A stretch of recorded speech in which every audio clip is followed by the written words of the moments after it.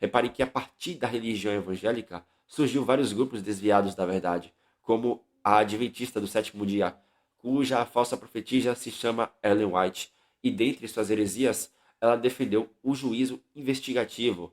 A história afirma o seguinte: William Miller acreditava ter descoberto, por meio do estudo de Daniel, do capítulo 8, versículo 14, a respeito das 2.300 tardes e manhãs, e o santuário será purificado.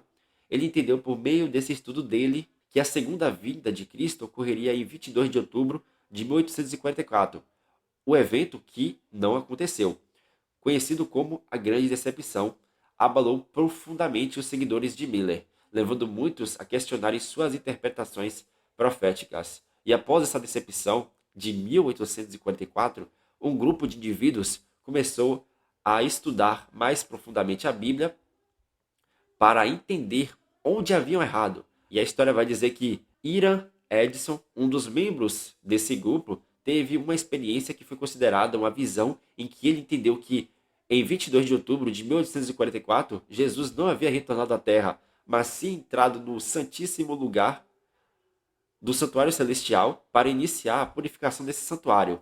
Essa interpretação abriu caminho para a formulação do conceito de juízo investigativo.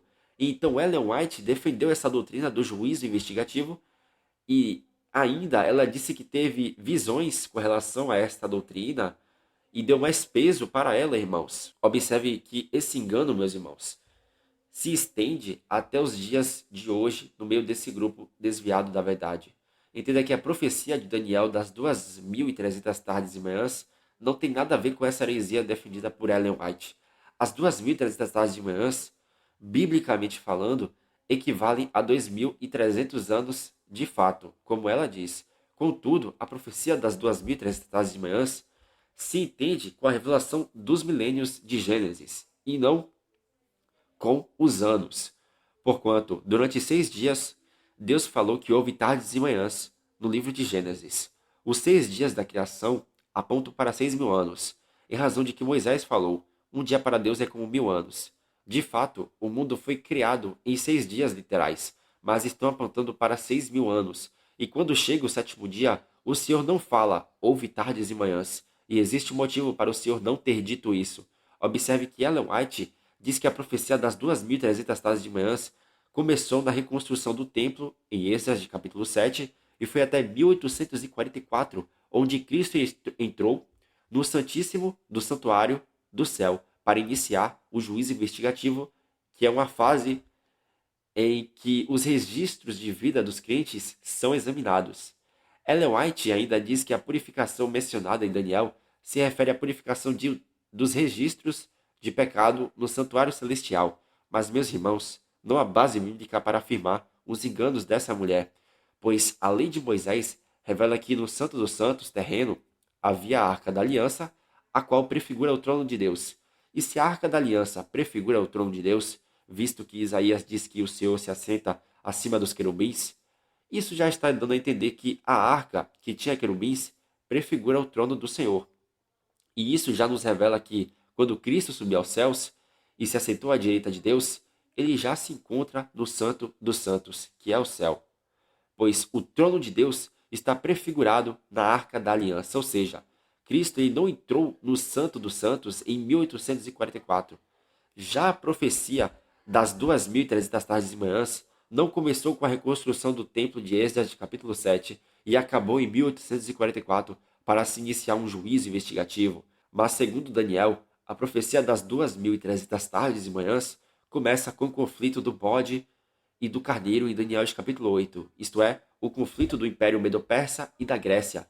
Então, a profecia das 2.300 tardes e manhãs começa com Alexandre o Grande e terminará com o retorno de Cristo para purificar o santuário. O santuário é o povo de Deus, meus irmãos, pois nós somos o templo espiritual de Deus. Já a purificação que ocorre no final da profecia das 2.300 tardes de manhãs é a expiação definitiva no povo de Deus. E essa expiação é a realidade da sexta festa de Deus, que é a redenção dos nossos corpos, conforme Paulo falou em Romanos de capítulo 8.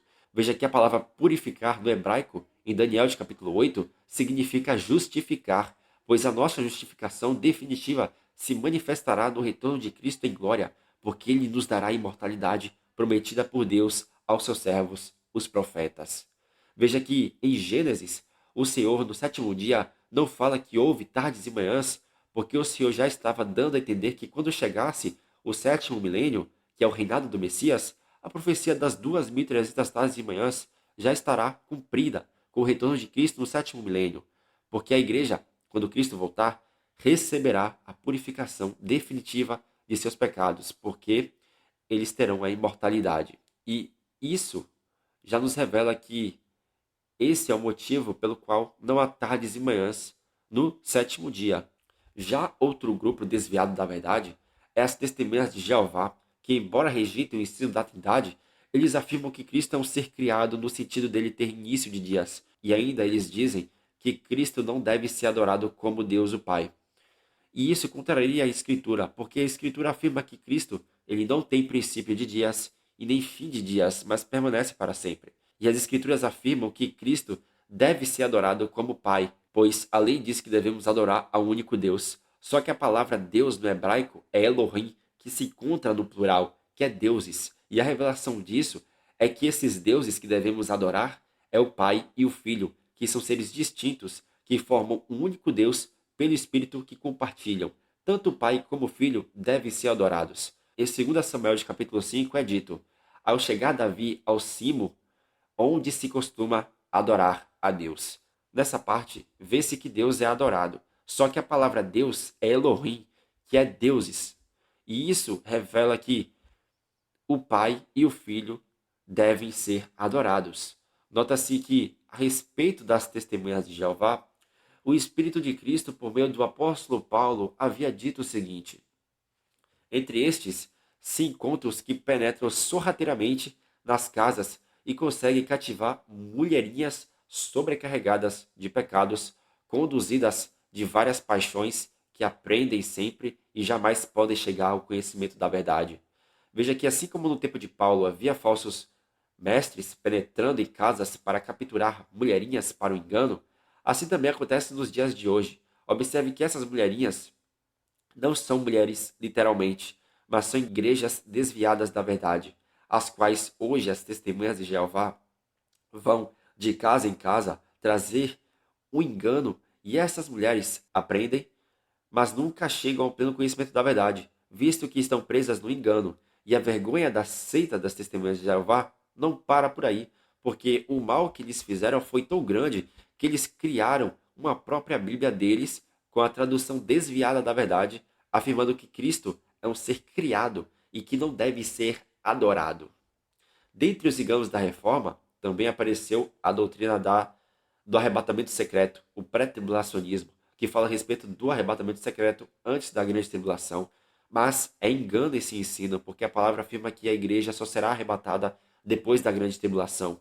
Entenda que a grande tribulação será os 3 anos e meio finais dos 7 anos, período esse que nunca houve e nem jamais haverá depois dele. E após esse período de grande tribulação que nunca houve e que não mais haverá depois dele, Cristo voltará em glória, conforme Cristo falou em Mateus, dizendo: logo em seguida a tribulação daqueles dias, o sol escurecerá, a lua não dará sua claridade, as estrelas cairão do firmamento e os poderes do céu serão abalados. Então aparecerá no céu o sinal do Filho do Homem. Todos os povos da terra se lamentarão e verão o Filho do Homem vindo sobre as nuvens do céu com poder e muita glória. Ele enviará os seus anjos com grande clangor de trombeta, os quais reunirão os seus escolhidos dos 4 ventos, de uma a outra extremidade dos céus. Enfim, meus irmãos, há várias heresias e grupos desviados da verdade que surgiram através da reforma evangélica com o intuito de afastar os homens da verdade de Deus.